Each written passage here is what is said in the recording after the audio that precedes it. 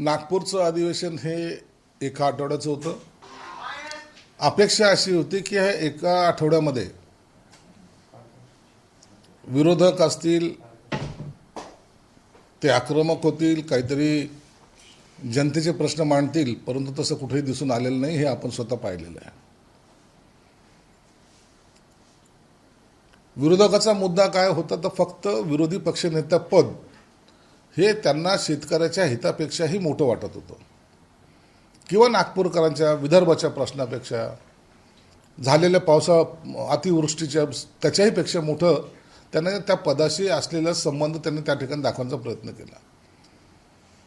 एक दिवस पायरीवर बसले, नंतर त्यांचे नेते, उबाटाचे नेते नागपूरला आले.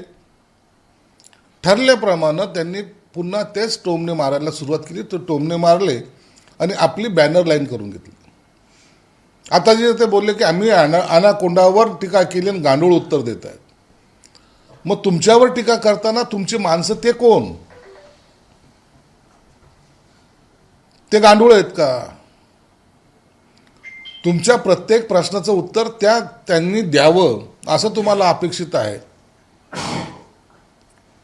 लेवलचा जरी प्रश्न पाहिला तर निश्चितच त्यांची लेवल ही मोठी आहे.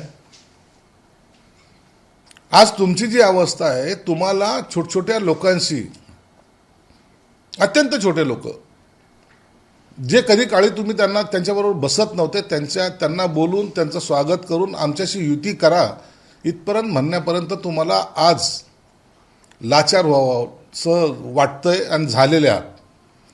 म्हणून आता तुम्ही कितीही टीका करा, काही करा, परंतु तुमचा जो ऱ्हास व्हायचा तो झालेला आहे. आणि हे फक्त तुम्हीच बोलतायत, कोणताही काँग्रेसवाला बोलत नाही, शरद पवारवाले तर नाहीच नाही. परंतु सामाजिक प्रश्न बाजूला आणि टोमण्याचं आपली सत्र जे सुरू आहे ते तसं सुरू राहिलेलं आहे. आणि त्याचं आता आम्हाला सुद्धा सगळ्याला कंटाळा आलेला आहे. आम्ही त्या टीकेला काहीच उत्तर देणं हे सुद्धा आम्हाला योग्य वाटत नाही.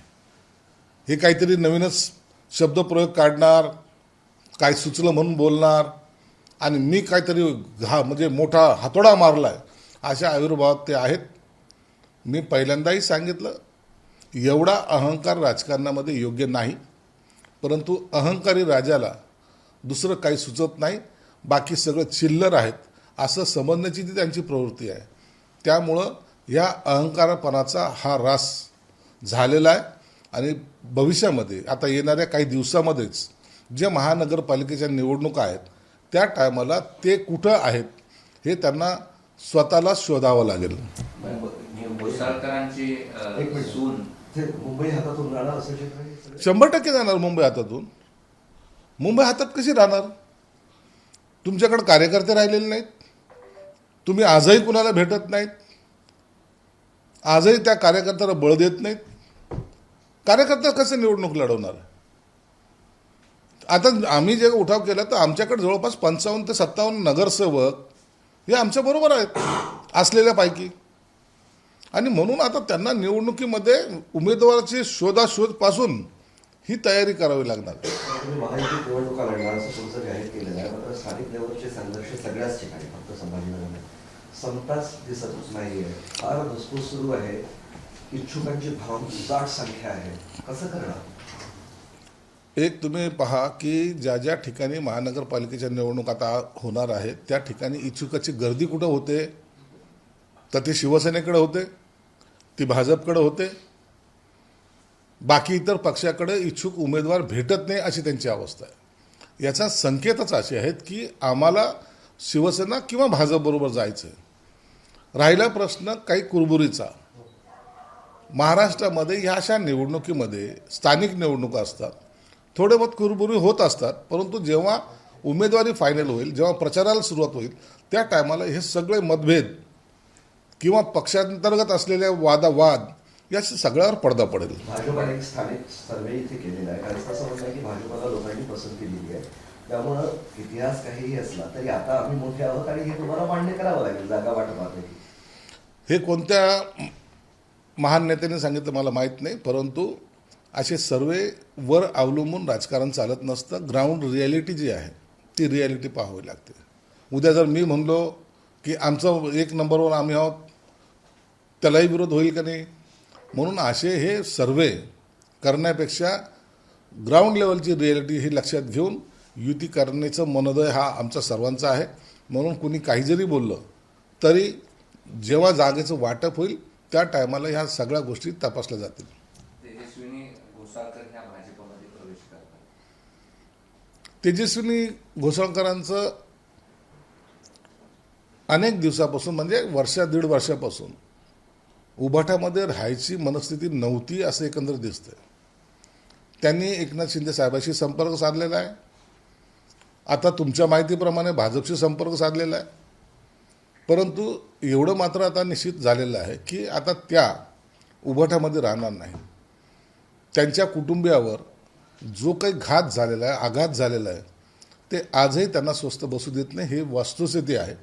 म्हणून उभाटामध्ये राहून आता काम करायचं नाही असं कदाचित त्यांनी ठरवलं असावं. त्यांच्याकडे येणार होते, मग भाजपमध्ये कशा गेल्या? आणखीन ते कुठं गेलेल्या नाहीत, परंतु निश्चितच आमच्याही त्या संपर्कात आहेत. प्रवेश म्हणून विचारतो, काय निदर्शनास? नाही तसं मग आता त्यांच्याकडे भाजपमध्ये जायचं काही त्यांचं इच्छा झाली असेल तर त्याला आम्ही रोखू शकत नाही. पण आमच्याकडेही त्या आल्या होत्या. हो, म्हणूनच विचारतोय, पण जुळलं नाही. नाही जुळलं वगैरे नाही, परंतु त्यांची कदाचित त्यांना आता भाजप सोपं वाटत असेल म्हणून तिकडे गेले असतील. त्यांनी एक भावनिक पत्र लिहिलंय, त्यात असं म्हटलंय की मुलांच्या भविष्यासाठी मी प्रवेश करते. अहो जिच्या नवऱ्याचा खून झालाय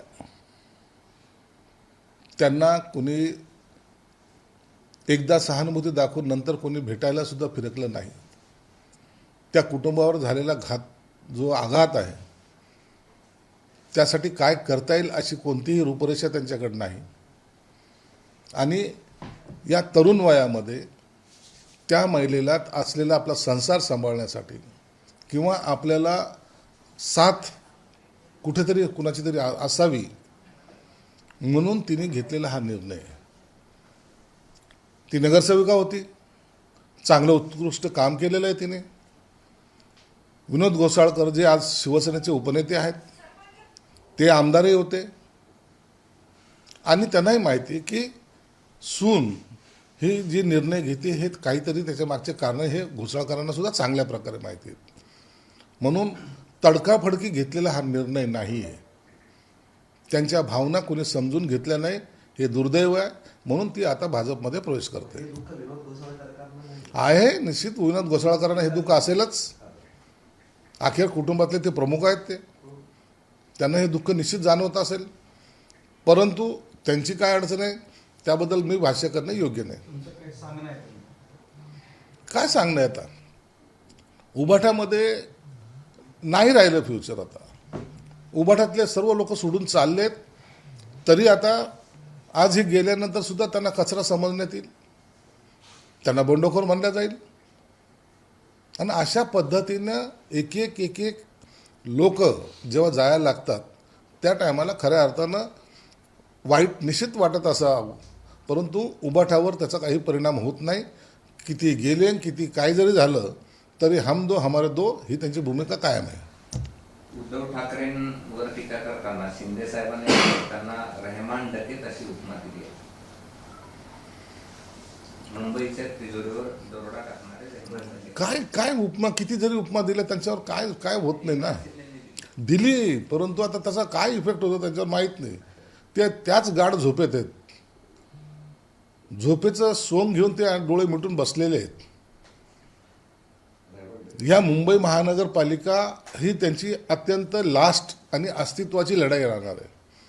ही एकदा संपली ना हा पक्ष नेमका कुठे राहील याची कल्पना सुद्धा करत नाही.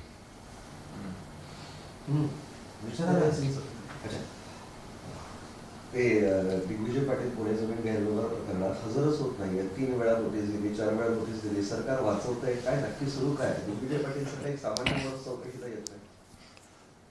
त्याच्याबद्दलचं मला कल्पना नाही, परंतु या प्रकरणामध्ये चौकशी ही परिपूर्ण केल्या जाईल आणि आरोपीला शिक्षा होईल असं स्वतः मुख्यमंत्र्यांनी जेव्हा जाहीरपणे स्टेटमेंट केलेलं आहे तर त्या पद्धतीने ते पावलं टाकतील.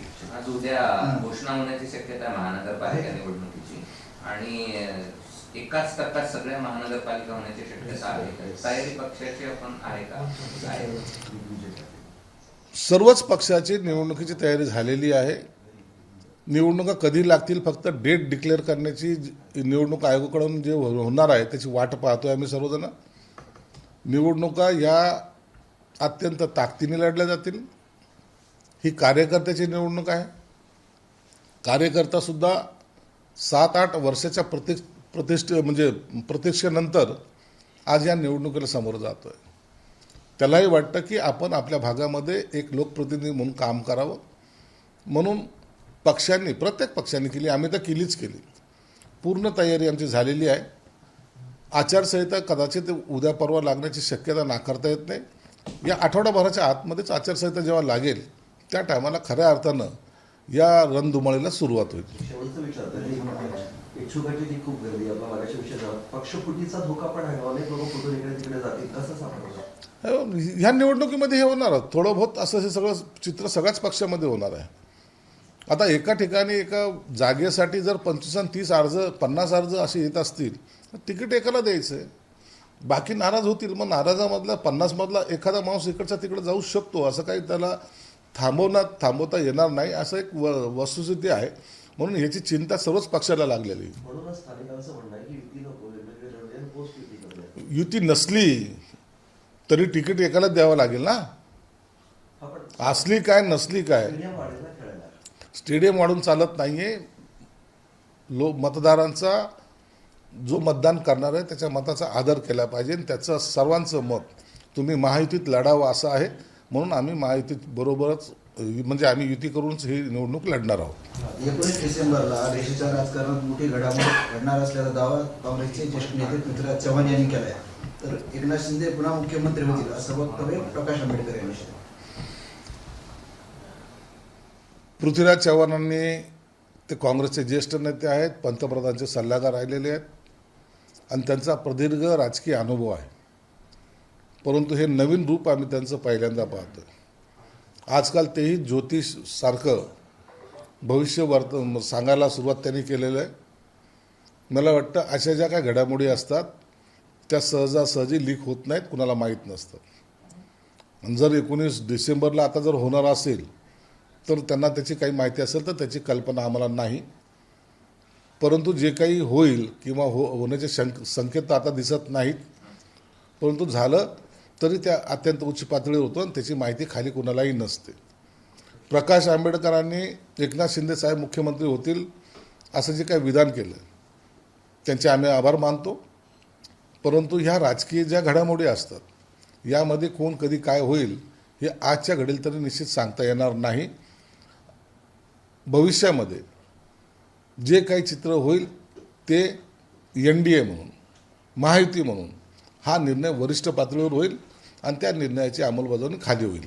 भाजपाला तुमच्यापेक्षा संभाजीनगर महानगरपालिकेत जास्त जागा हव्यात आणि दुसरा प्रश्न त्याला जोडून असा आहे की 2 आमदार, एक आधी माजी आमदारांच्या मुलांना गुलमंडीवरनं बरंच राजकारण आहे.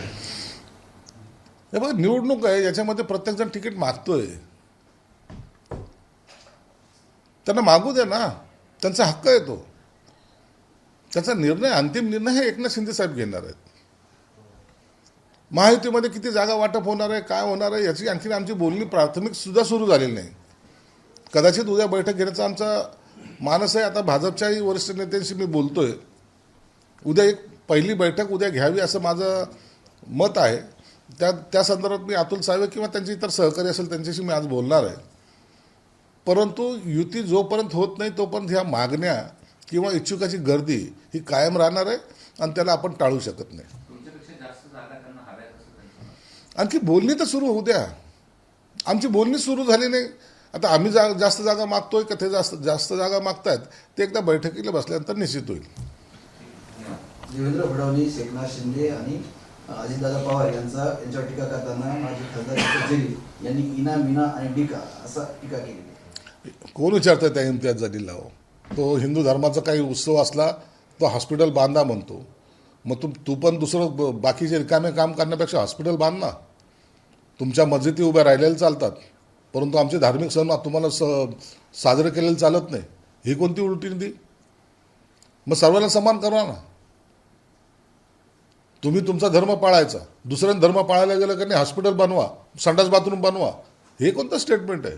म्हणून अशा लोकांकडे आम्ही लक्ष सुद्धा देत नाही. एबीपी माझा, उघडा डोळे बघा नीट.